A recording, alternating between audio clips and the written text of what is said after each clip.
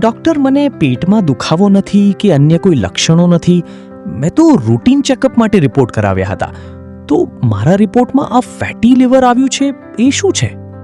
Fatty liver કે જેમાં તમારા લીવર ઉપર ચરબી જમા થાય છે, જે મુખ્યત્વે ઓબેઝ એટલે કે જેમનું વજન વધારે છે, જેમનું કોલેસ્ટ્રોલ લેવલ હાઈ છે, જે લોકો વધુ માત્રામાં આલ્કોહોલ લઈ રહ્યા છે અને આ સિવાય ડાયાબિટીસ વાળા લોકોમાં પણ થઈ શકે છે.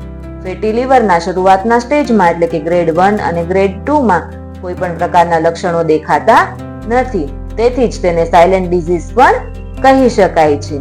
પરંતુ જો બરાબર ધ્યાન રાખવામાં ન આવે તો સિવિયર કેસમાં એટલે કે ગ્રેડ 3 માં તમારું લીવર ડેમેજ પણ થઈ શકે છે.